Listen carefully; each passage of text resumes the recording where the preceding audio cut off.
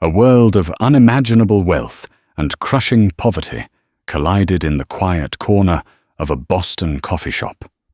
For Alistair Finch, a private equity titan whose daily decisions could make or break nations, the world was a chessboard, and he was its undisputed king. For Sarah Jenkins, a waitress drowning in debt and family medical bills, the world was a tightrope, and she was one misstep away from falling. They existed in separate universes until one rainy afternoon when Alistair saw Sarah do the one thing his millions couldn't teach his silent, lonely daughter: how to unlock the magic hidden in a book. He saw a simple act of kindness. What he did next was anything but simple. It was calculated, it was powerful, and it would shatter her world before he could ever hope to rebuild it. The rain fell on Charles Street in a relentless grey sheet, blurring the historic brickwork of Beacon Hill into a watercolour of melancholy. Inside the Gilded Spoon, a café that tried to straddle the line between old-world charm and modern convenience, the air was thick with the scent of roasted coffee beans and damp wool. It was a place Alistair Finch loathed. It was inefficient. The service was polite, but unhurried. The tables were too close together, and the Wi-Fi was unreliable. He was only here because his daughter, 7-year-old Sophie, had pressed her face against the window of his Rolls-Royce Phantom and refused to budge, captivated by the display of pastries in the cafe's window. Alistair, a man whose time was measured in $100,000 increments, sighed and relented. Now he sat opposite her in a slightly wobbly chair, his tailored charcoal suit a stark contrast to the cafe's bohemian scruffiness. His phone was a black monolith on the table, buzzing with a silent, insistent rhythm against the polished wood. A multi-billion-dollar acquisition in the European tech sector was teetering, and his team in London was flooding his encrypted inbox with panicked updates. "Look, Daddy," Sophie whispered, her voice barely audible over the hiss of the espresso machine. She pushed a worn picture book across the table. It was one of her mother's, a relic from a life before Alistair's world became a fortress of silent nannies and echoing hallways. The little bear who couldn't roar. Alistair glanced up from his phone, his mind still parsing leveraged buyout terminology. "That's nice, sweetheart." His eyes were already drifting back to the screen. "I can't." This word. She pointed a small, hesitant finger at the page. Her brow was furrowed in the same way his was when analysing a hostile takeover bid. The tutors from the prestigious Pembroke Academy had been blunt. Sophie was falling behind. She showed little interest in reading her attention, wandering her progress stagnant. For Alistair, a man for whom failure was not an option, it was a source of deep private frustration. He had provided her with the best of everything, the best schools, the best tutors, the best resources. Why wasn't it working? Just sound it out, Sophie. Like Mr. Albright taught you, he said, his tone more clipped than he intended. Sophie's shoulders slumped. She traced the letters with her finger. Forest. Forest. She mumbled the word, sounding alien and uncertain. She looked to him for confirmation, but Alistair was already typing a rapid 3-word reply to his London team, "Leverage the debt." That's when Sarah Jenkins approached their table. She moved with a practiced economy of motion that spoke of years spent navigating crowded spaces with a full tray. Her uniform, a simple black apron over a white shirt, was neat but frayed at the edges, just like the faint lines of exhaustion around her eyes. She was 26, but some days she felt 40. "Can I get you two anything else?" "Another hot chocolate sweetie?" she asked, her voice warm and low. Sophie shook her head, her gaze fixed on the book, a blush of shame creeping up her neck. Sarah noticed the book and the little girl's frustration. She also noticed the father, a man so intensely focused on his phone, he seemed to be in a different reality entirely. She'd seen his type before, the Back Bay power brokers who used the gilded spoon for informal meetings, their presence sucking the air out of the room. Instead of walking away, Sarah leaned down slightly, her tray balanced perfectly on one hand. "The little bear who couldn't roar," she said softly, a genuine smile touching her lips. "That was my favorite book when I was your age. I think I wore out 2 copies." Sophie's eyes widened, a flicker of interest cutting through her frustration. "Which word is giving you trouble?" Sarah asked her, tone gentle conspiratorial. Sophie pointed again. "That one? Ah, forest," Sarah confirmed. "You were right, but sometimes big words are like puzzles. See this part?" She pointed to the oar in the middle. "You know that sound, right? Like when you ask for more hot chocolate." Sophie nodded slowly. "And you know the est sound like in best." Sophie nodded again, more confidently this time. "You just put them together. Forest. You see, you already knew all the pieces. You just had to build it." She didn't just give Sophie the answer. She showed her how she already had it.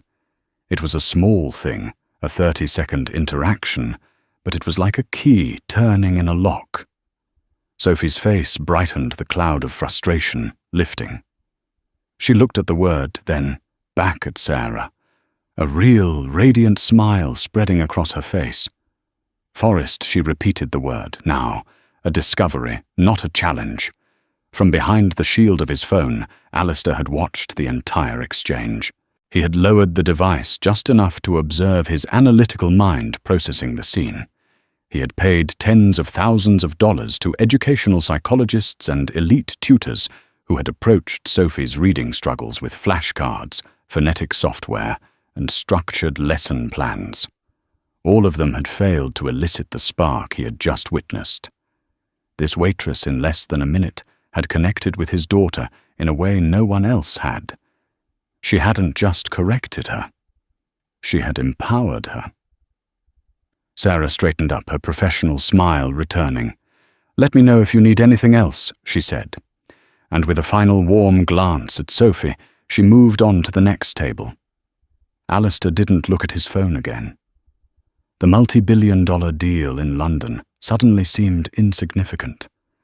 He watched the waitress as she worked, refilling coffee cups, clearing plates, laughing with a regular at the counter.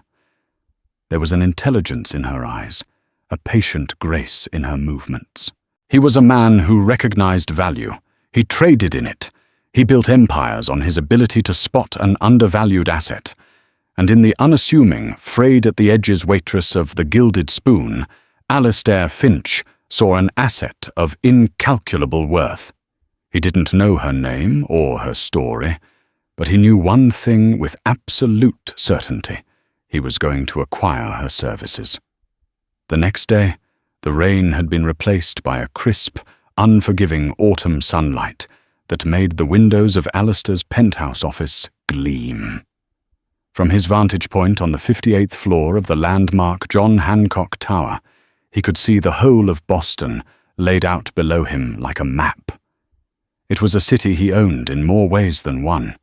His firm, Finch Capital, had its fingers in everything from biotech startups in Cambridge to commercial real estate in the Seaport District. But his mind wasn't on his empire. It was on the waitress. His head of security, a former Mossad agent named Robert Davies, had placed a slim manila folder on his desk an hour earlier. It was thin, but it contained everything he needed. Sarah Jenkins, age 26. Resides in a small 2-bedroom apartment in Somerville, sole guardian of her younger brother Benjamin, age 19. Ben had cystic fibrosis. His medical care was a constant, crippling expense. Sarah had been a top student, accepted into Boston College's education program on a full scholarship. She'd completed 3 years before her parents' death in a car accident forced her to drop out and become Ben's primary caregiver. Her life since had been a patchwork of double shifts, mounting debt, and deferred dreams. For Alistair, this information wasn't a tragedy. It was a set of leverage points. It was data that illuminated the path to his objective. He drove himself to the Gilded Spoon that afternoon, swapping the chauffeured Phantom for a far more discreet black Audi. He found Sarah during the late afternoon lull, wiping down tables, her movements weary. "Miss Jenkins," he said, his voice calm and authoritative. She turned, startled. She recognized him immediately as the aloof father from the day before. A knot of anxiety tightened in her stomach. Had she overstepped? Was she about to be reprimanded? "Yes, can I help you?" "I'm Alistair Finch. My daughter and I were in here yesterday." He gestured to the same table. "I'd like to offer you a job." Sarah blinked, confused. "I'm sorry, a job, I already have one." "A better one," he stated, "not as a possibility, but as a fact." "I was impressed by the way you interacted with my daughter, Sophie. She's been having difficulty with her reading. I want you to be her private tutor." Sarah almost laughed. The sheer absurdity of it was overwhelming. A billionaire whose suit probably cost more than her car wanted to hire her, a college dropout waitress, to be a private tutor. "Message, Finch, that's very kind of you, but I'm not qualified. I don't have a degree. Your daughter needs a professional, a specialist." "I've hired professionals?" Alistair countered, his gaze unwavering. "I've hired the best specialists money can buy. They have degrees and methodologies. What they don't have is what I saw you do yesterday. You didn't just teach her a word, you gave her the confidence to figure it out herself. That is the quality I'm interested in." He was direct, his words stripped of all pleasantries. It was a business transaction. He saw a problem, Sophie's education, and he had identified a solution, Sarah. Now he was simply negotiating the terms of the acquisition. "I appreciate the offer, I really do," Sarah said, shaking her head. "But I can't. I have my brother to take care of. My schedule here is flexible enough that I can be there for his treatments. I can't just quit my job." Alistair had anticipated this. It was the first leverage point. "Your brother's name is Benjamin. He receives treatment for his cystic fibrosis at Massachusetts General Hospital. His primary physician is Dr. Peterson.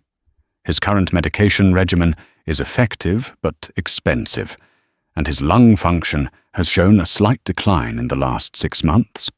The color drained from Sarah's face. The casual, almost clinical recitation of her brother's private medical details felt like a violation.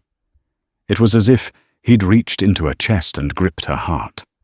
How do you know that?" she whispered, her voice trembling with a mixture of fear and anger. "I make it my business to know things," Alistair said, coolly, unfazed by her reaction. "My offer isn't just for a tutoring position. It includes a comprehensive private health insurance plan that will cover 100% of Benjamin's medical costs, all of them. The best doctors, experimental treatments, anything he needs.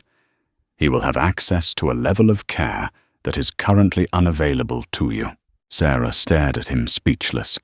He was offering her the one thing she prayed for every single night, a future for her brother, free from the constant threat of a bill she couldn't pay, or a treatment the insurance company wouldn't approve. It was a golden key to the cage of her life. But the way he offered it felt like a threat.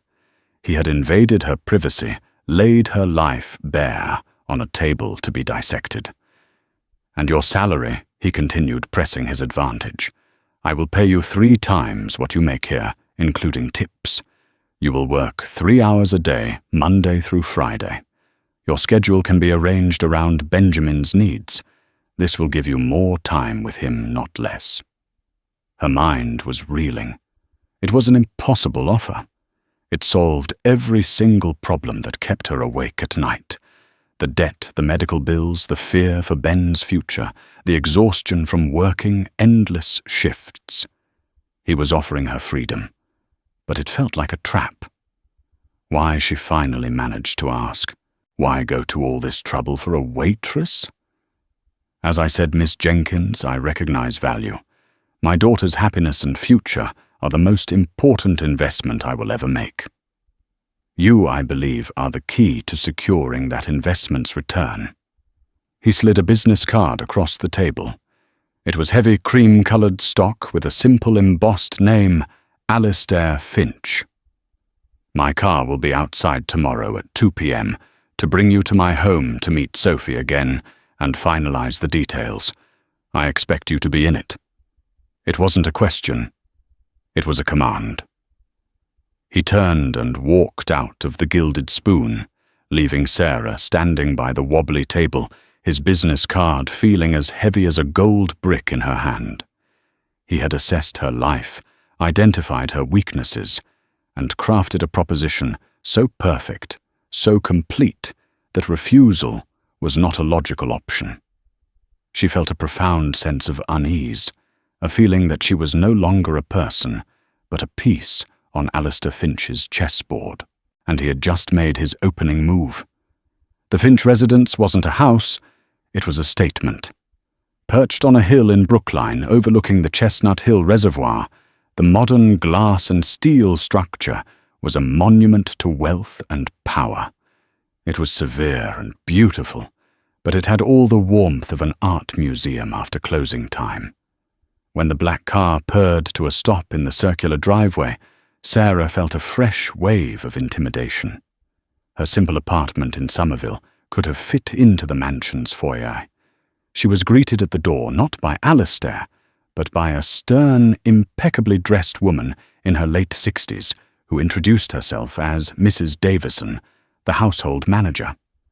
Her smile was thin, and her eyes, a pale, judgmental blue, swept over Sarah's simple dress and worn cardigan with microscopic scrutiny. "Mr. Finch is on a conference call. He asked me to show you to the library." "Sophie is waiting," Mrs. Davison said, her voice crisp and starched. The implication was clear. Sarah was staff, and she would deal with staff. The library was breathtaking. 2-story walls were lined with books, most of which looked as if they had never been touched. A rolling ladder stretched to the ceiling, and in the center of the room, on a plush white rug, sat Sophie, looking small and lost in the vastness of the space. When she saw Sarah, her face lit up with the same genuine joy from the café. "You came," she cried, scrambling to her feet and running over. In that moment, all of Sarah's apprehension melted away. The cold house, the intimidating billionaire, the judgmental housekeeper, none of it mattered when this lonely little girl looked at her like she was the sun. "Of course I did," Sarah said, kneeling to be at Sophie's eye level. "We have some reading to do, don't we?" Their first session was magical. Sarah ignored the expensive, untouched books that lined the walls. Instead, she had brought a canvas bag with a few of her own well-loved paperbacks from home and some simple art supplies. She started not with reading, but with talking. She asked Sophie about the little bear in the book. What did she think he liked to eat? Where did he want to go on vacation? Then they made their own book. On blank sheets of paper, Sophie drew pictures of a character she invented, a shy firefly named Glimmer, who was afraid of her own light. Sarah helped her write simple sentences underneath. Glimmer hides. Glimmer is sad. Glimmer meets a friend. Sophie, who had balked at the structured lessons of her tutors, was now eagerly trying to sound out words like light and friend, because they were part of her story. From the doorway hidden in the shadows of the grand hall, Alistair watched. He had ended his call early. He saw his daughter animated in a way he hadn't seen since before her mother passed away. She was laughing, her cheeks flushed with excitement, her head bent close to Sarah's, as they decided on the color of Glimmer's friend a caterpillar named Wiggles. He saw Sarah's patient, guiding hand, the way she celebrated every small victory, every correctly sounded out word. He felt a pang of something he couldn't name, a mixture of relief, gratitude, and a strange, unfamiliar envy of the easy connection she had forged with his child. The days turned into weeks. The afternoon tutoring sessions became the anchor of Sophie's life, and in a way Sarah's too. The vast cold mansion began to feel a little smaller, a little warmer. Sarah discovered that behind her shy exterior, Sophie had a wickedly funny sense of humor and a wild imagination. Sophie, in turn, blossomed under Sarah's gentle guidance. Her reading level jumped, and her teachers at Pembroke Academy sent stunned, glowing reports back to Alistair. But the house remained a gilded cage. Mrs. Davison treated Sarah with a persistent, icy civility. She would interrupt their sessions to announce that Sophie had a scheduled violin lesson or French class, her timing always managing to break their momentum. She would leave trays of snacks, intricate, perfect creations from the household chef that neither Sarah nor Sophie wanted a subtle reminder of the world of rigid schedules and formal expectations that Sarah did not belong to. "You understand, of course," Mrs. Davison said to Sarah one afternoon, her voice laced with condescension as she watched Sarah clean up their paint supplies that Mr. Finch expects a certain decorum. "We have a routine in this house. Spontaneity is not a virtue we encourage." The message was clear. You are a temporary fix, a hired hand. Do not get comfortable. Sarah did her best to ignore her focusing on Sophie, but she was constantly aware of her status. She was an employee. She ate her lunch in the cavernous staff kitchen, a silent, sterile room where the other staff members spoke in hushed tones.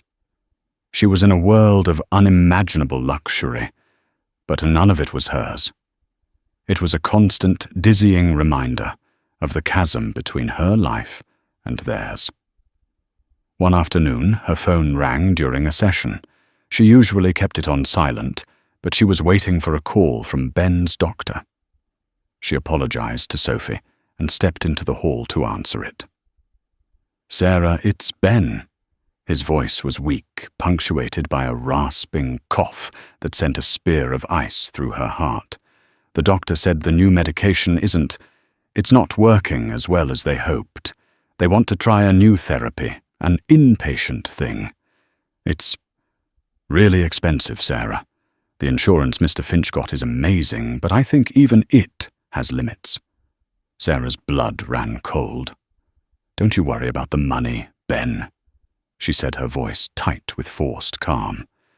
"You just worry about getting better. I'll handle it." She hung up the phone, her hands shaking. She leaned against the cold marble wall, the weight of her reality crashing down on her. Ben was sick. The new insurance was a miracle, but there were always limits, always more costs, always another looming crisis. She was a guest in this palace, but her real life, a life of fear and medical uncertainty, was just a phone call away. She took a deep breath and was about to walk back into the library when she heard Alistair's voice from his office down the hall. The door was ajar. He was speaking to his fixer, Robert Davies. "Yes, dig deeper," Alistair was saying, his voice a low, precise murmur. "I want to know everything. Her financial history, her brother's complete medical prognosis, any outstanding debts, school records, personal associations. Everything. I need a full vulnerability assessment. Leave no stone unturned." Sarah froze, her heart pounding in her ears. A vulnerability assessment. That wasn't the language of an employer. That was the language of an opponent. He wasn't just her boss. He was investigating her. The feeling of being a piece on his chessboard returned with a chilling, terrifying force. He wasn't just trying to help his daughter. He was assessing his investment, calculating her weaknesses and ensuring he had complete control. The gilded cage suddenly felt a lot smaller, and its bars felt very, very cold. The knowledge that Alistair was investigating her settled like a shard of ice in Sarah's chest. Every interaction with him became fraught with a new, terrifying subtext. His polite inquiries about her brother felt less like concern and more like data collection. His praise for her work with Sophie seemed calculated a way to gauge her performance as his asset. She continued her sessions with the same warmth and dedication for Sophie's sake, but a wall of guardedness now stood between her and the master of the house. Alistair, for his part, was a man unused to being observed. He was the one who watched from behind one-way glass, who analyzed from a distance. Yet he found himself increasingly drawn to the library during his daughter's tutoring sessions. He told himself it was due diligence monitoring his investment. But the truth was more complex. He started noticing the small things. He saw the way Sarah's eyes lit up when Sophie finally conquered a difficult chapter in a new book. He heard her genuine, uninhibited laughter when Sophie told a silly joke. He saw a maternal tenderness in the way she'd brush a stray hair from Sophie's forehead, a simple, unconscious gesture that spoke volumes of affection. These were things money couldn't buy, a currency he didn't trade in and barely understood. One evening he was working late in his home office, the blue glow of a dozen market tickers painting his face in cold light. Sophie was supposed to be in bed, but her small form appeared in his doorway, clutching a book. "Daddy, Sophie, it's late. You should be sleeping," he said, not looking up from the screen. Sarah said, "I could read a whole chapter by myself now. She said I should read it to you." Alistair felt a familiar pang of irritation. Another interruption. But then he looked at his daughter. Her face was alight with pride, her small hands holding the book like a trophy. He saw a confidence in her that hadn't been there a month ago. He sighed, pushed his keyboard away, and swiveled his chair to face her. "All right, sweetheart. Let's hear it." Sophie climbed onto the leather chair opposite his desk and began to read. Her voice was small but clear, and though she stumbled over a few words, she corrected herself using the techniques Sarah had taught her. She read with expression, her voice rising and falling with the story's action. Alistair didn't hear the story. He heard his daughter's voice, filled with a joy and self-assurance that had been absent for so long. When she finished the chapter, she looked up at him, her eyes shining. "I did it." "You did," Alistair said, his own voice, thick with an emotion he couldn't quite place. "You did it beautifully." He reached across the desk and squeezed her hand. It was a rare moment of genuine connection, a moment that had been built not by him, but by the waitress from the Gilded Spoon. The incident cracked something in Alistair's armor. He had viewed Sarah as a tool, a highly effective solution to a problem. But the results of her work were not transactional. They were emotional.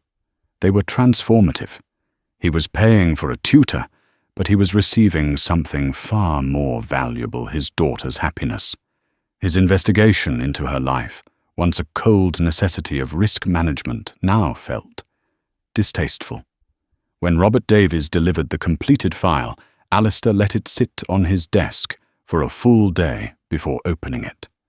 The contents were exactly what he expected, but now they read differently.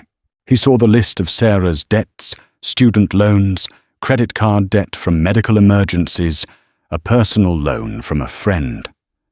Before he saw them as weaknesses, leverage points.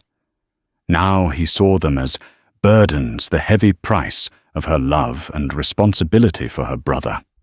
He read the detailed medical prognosis for Benjamin Jenkins, cystic fibrosis, a brutal, relentless disease.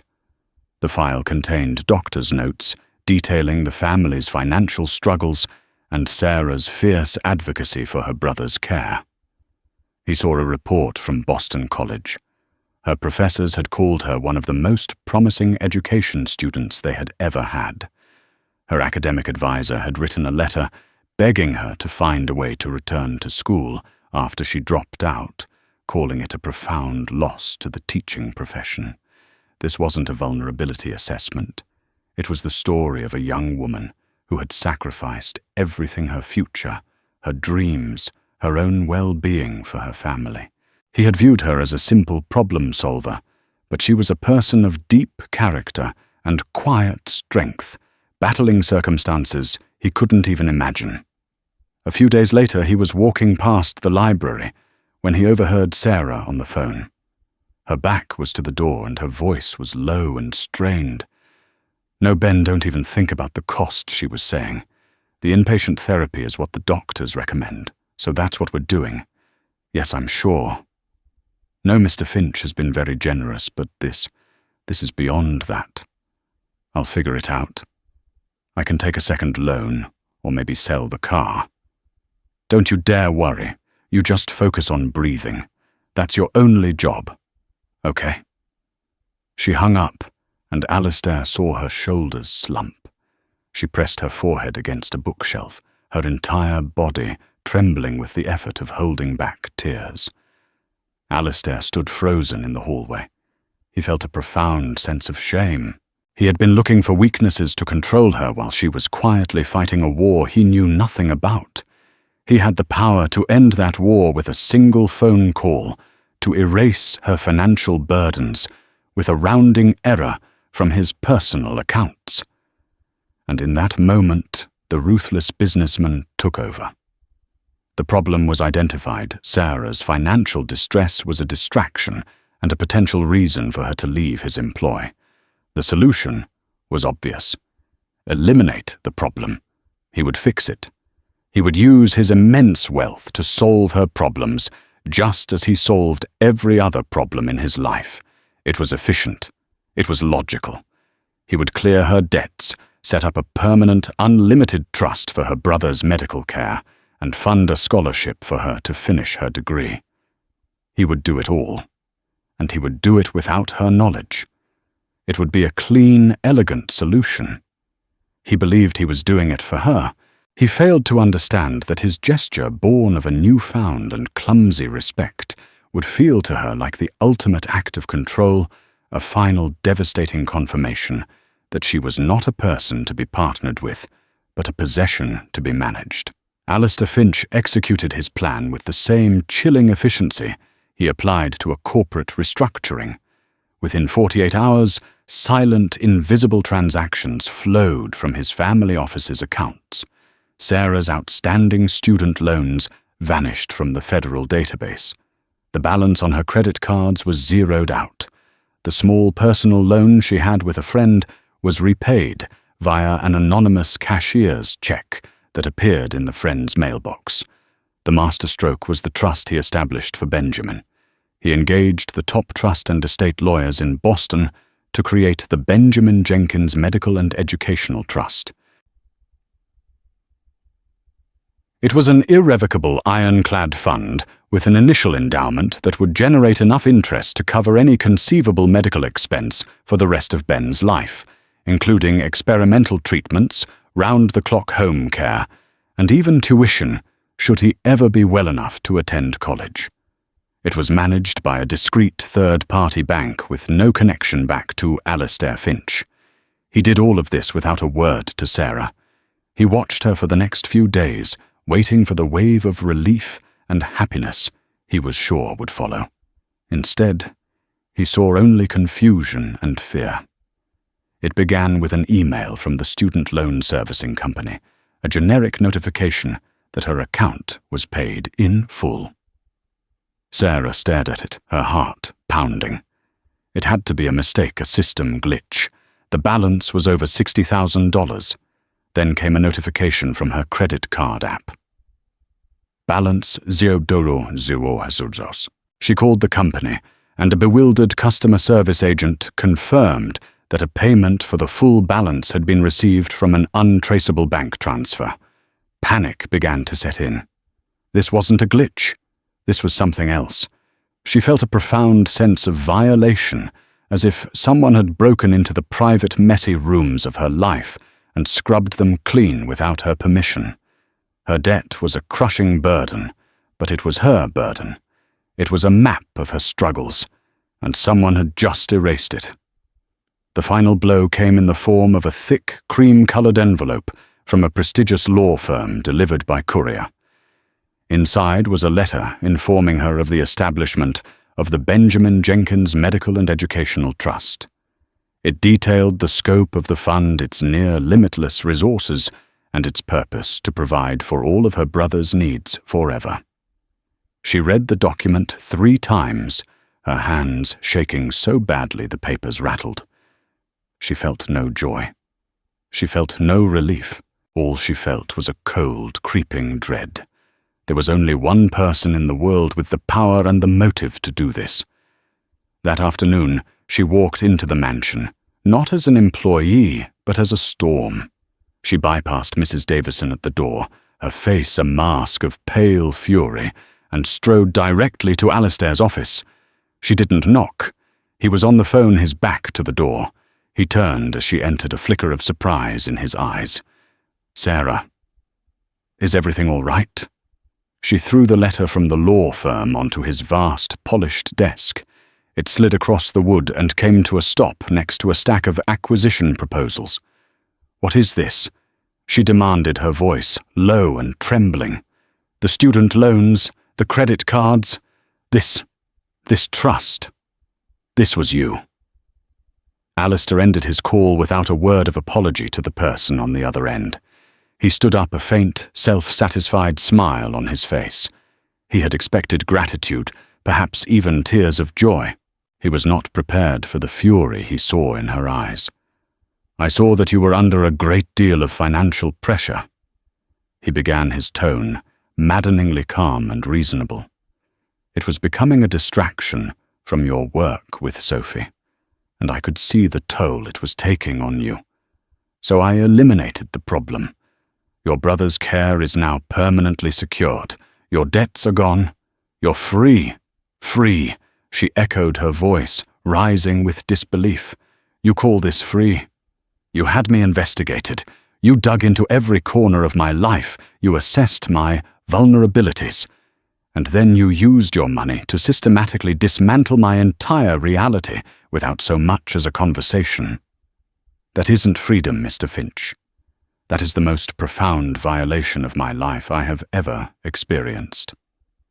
Alistair was genuinely baffled. His worldview was binary, a problem existed, and he applied resources to solve it. He could not comprehend her reaction. "I don't understand. I have given you everything you could possibly want. Your brother is safe. Your financial worries are over. You don't get it," she said, tears of rage and humiliation streaming down her face. "It was never about the money. It was about my life, my struggle. It was mine. You took that away from me. You didn't help me, you erased me. You turned me into a charity case, a project. You made all my sacrifices, all the double shifts, all the sleepless nights. You made them meaningless." She gestured around the opulent office. "I knew I was an employee. I knew I was a piece on your chessboard. But I thought that in here," she pointed toward the library with your daughter, "I was a person. But this proves I was wrong. I am just another asset for you to manage and control. You didn't do this for me. You did this for you to ensure your investment continues to perform." The accusation hit him with the force of a physical blow, because a part of him knew it was true. His motive had been mixed, but control was certainly a key component. "Sarah, that's not," he started, but she cut him off. "I quit." She said the words sharp and final. "I cannot work for a man who looks at me and sees a balance sheet. I will not be one of your acquisitions."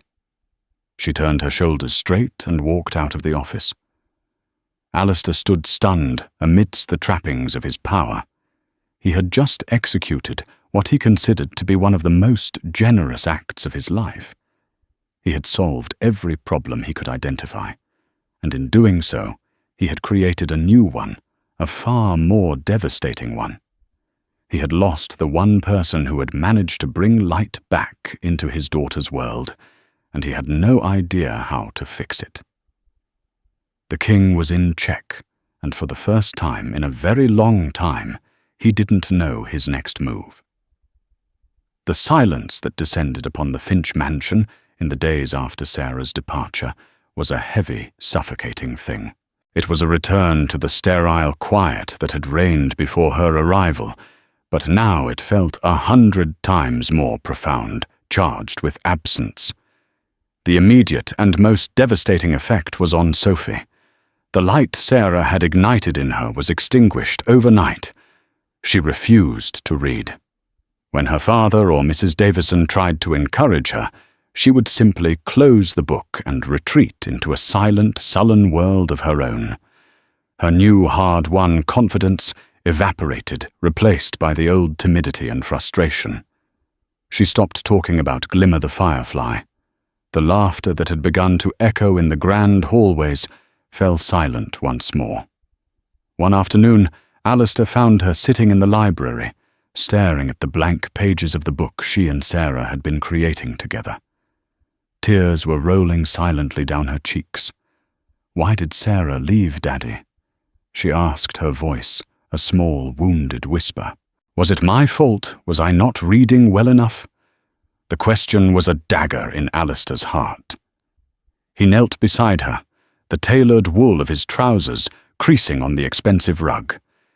He had faced down hostile boards, navigated treacherous international markets, and built an empire from sheer force of will, but he was utterly powerless to answer his daughter's simple, heartbreaking question in a way that made sense. No, sweetheart. Of course not. It had nothing to do with you, he said, his voice strained. It was a misunderstanding between me and her. It was my fault. It was the first time in his adult life he had admitted fault so plainly, and the words felt foreign and sharp in his mouth. His attempts to rectify the situation were clumsy and demonstrated just how little he had understood. He had Robert Davies send a courier to Sarah's apartment with a contract offering to double her salary. It was returned unopened. He sent a lavish bouquet of flowers so large it barely fit through her doorway. She left it on her stoop for a neighbor to take. Each gesture was an extension of his power, of his wealth, and each was a fundamental misreading of the situation. He was still trying to buy a solution. Even Mrs. Davison, who had been so critical of Sarah, saw the damage. "The child is grieving, Mr. Finch," she said one evening, her usual sternness softened by a rare flicker of concern. Whatever that young woman was doing, it was working. "This house has not been this sad since—" She didn't need to finish the sentence. "Since his wife had died." The comparison struck Alistair with brutal force. He was losing his daughter all over again, watching her retreat from him into a world of grief he couldn't penetrate. And this time he was the direct cause. His arrogance, his belief that any problem could be solved with a sufficiently large check, had led to this. He had treated Sarah Jenkins like a corporation, to be restructured, and in doing so he had broken something precious. The reckoning came late one night. He was sitting in his silent office, staring at the city lights, the market tickers, a meaningless river of numbers. He thought about Sarah's furious, tear-streaked face. "You didn't help me, you erased me." The words echoed in his head. He had stripped her of her agency, of her dignity. He had offered charity when what she had needed was partnership. He had offered power when what she had deserved was respect. He finally understood. This wasn't a problem money could solve. It was a wound that could only be healed with humility. The next morning, he did something he hadn't done in years. He cleared his schedule. He told his London office the acquisition could wait. He told his board he was unavailable.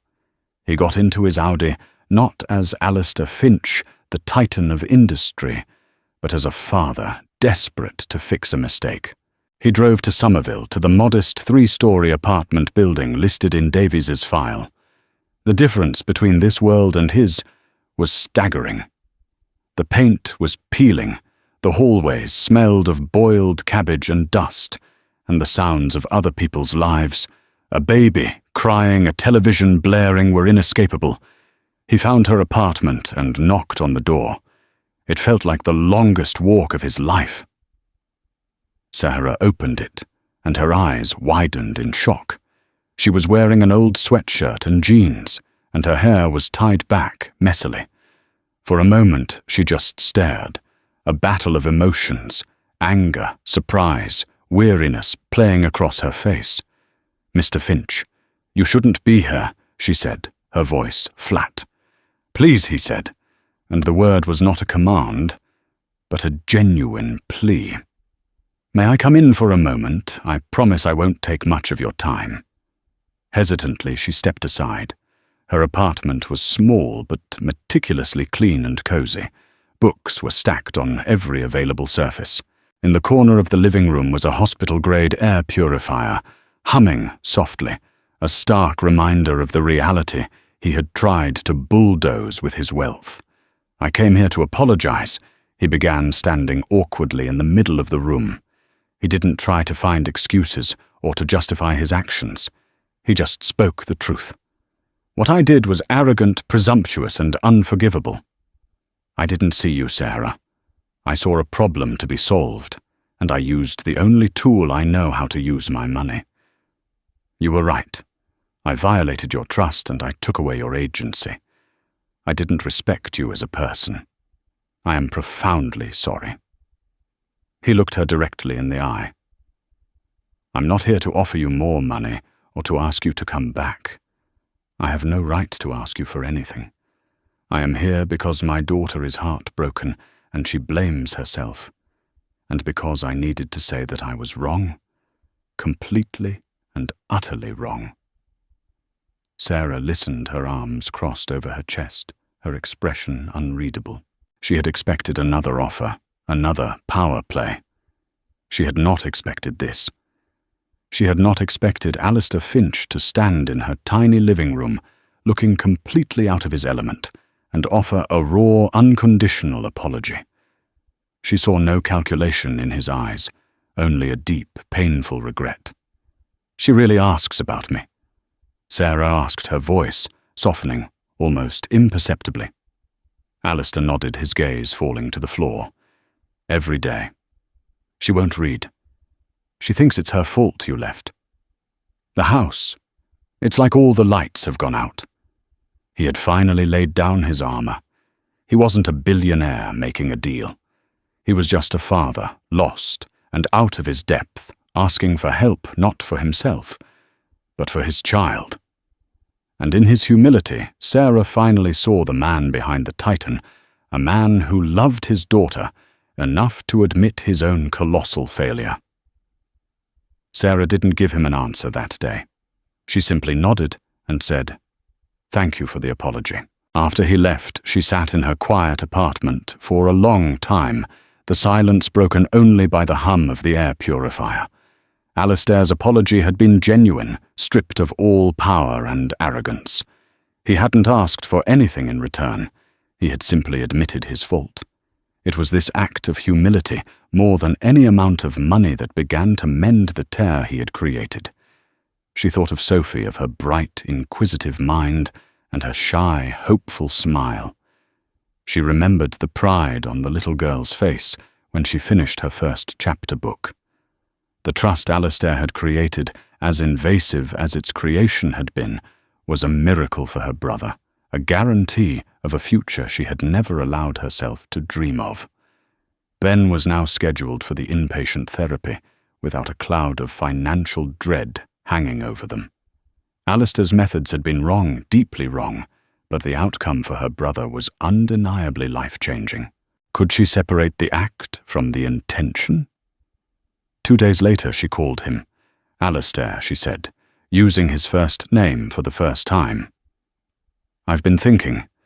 I'm willing to come back and tutor Sophie, but not as your employee. Not under the old terms.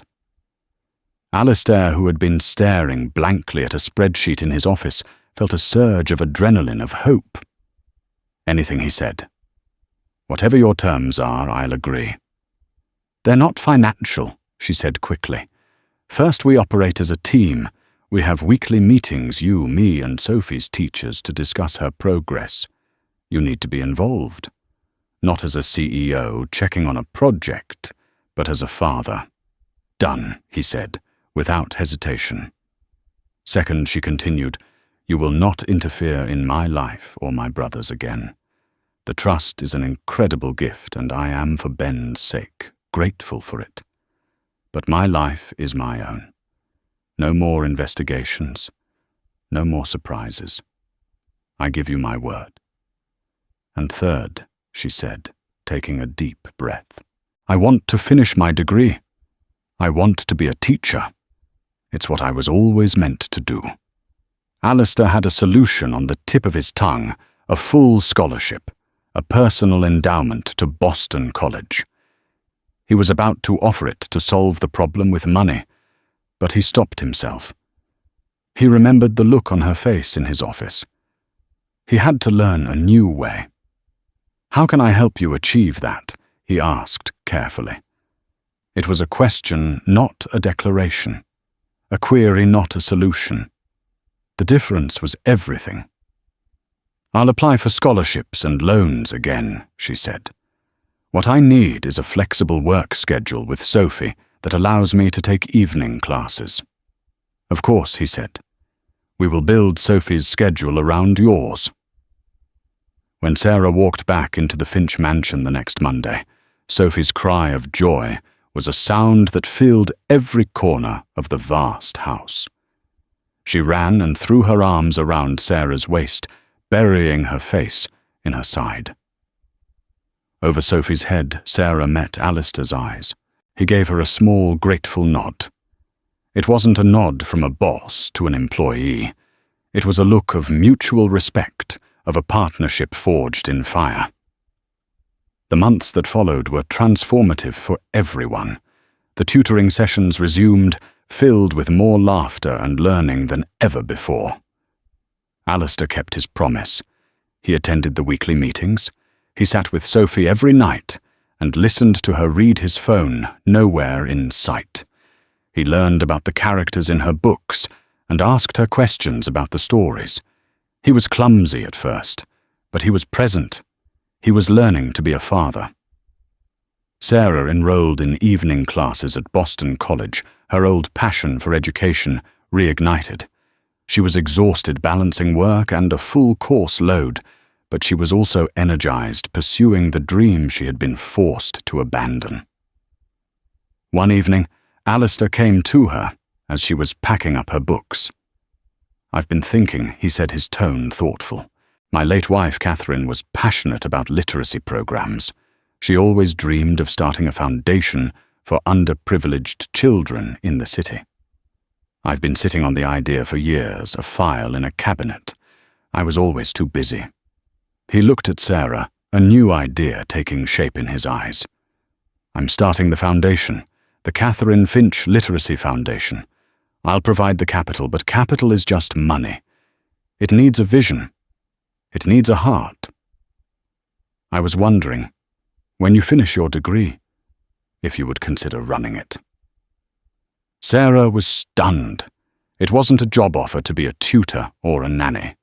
He was offering her a chance to take her passion and turn it into a force for change to help hundreds, maybe thousands of children just like Sophie. He was offering her a future based on her talent and her dreams. I don't know what to say, she stammered. Say you'll think about it, he said with a smile. It was a real smile, one that reached his eyes. Sophie and I are a team now, but I think you and I could be one too. The story of the billionaire and the waitress didn't end with a fairy tale romance. It ended with something far more real and far more powerful, a found family. It ended with a once lonely little girl, now a voracious reader, nestled between a father who had learned to be present and a teacher who had shown him how. It ended with a new beginning, a foundation that would change countless lives, all because one man, accustomed to buying and selling the world, finally learned the value of something he couldn't put a price on. In the end, this wasn't just a story about a billionaire changing a waitress's life. It was a story about how an act of quiet compassion from a struggling young woman forever changed the life of a powerful man and his lonely daughter. Alistair Finch learned that true wealth isn't measured in stock portfolios or acquisitions, but in human connection, humility, and the courage to admit when you are wrong. Sarah Jenkins, in turn, was given the opportunity not just to rebuild her own dream, but to build a bigger one that would ripple out and touch an entire community. Their story reminds us that the most profound changes in our lives often come not from grand gestures of power, but from the simple, transformative moments of seeing another person's true worth. If their journey from a rainy cafe to a new beginning moved you, please take a moment to hit the like button, share this story with someone who might need to hear it, and subscribe to our channel for more stories that explore the depths of the human heart. Thank you for listening.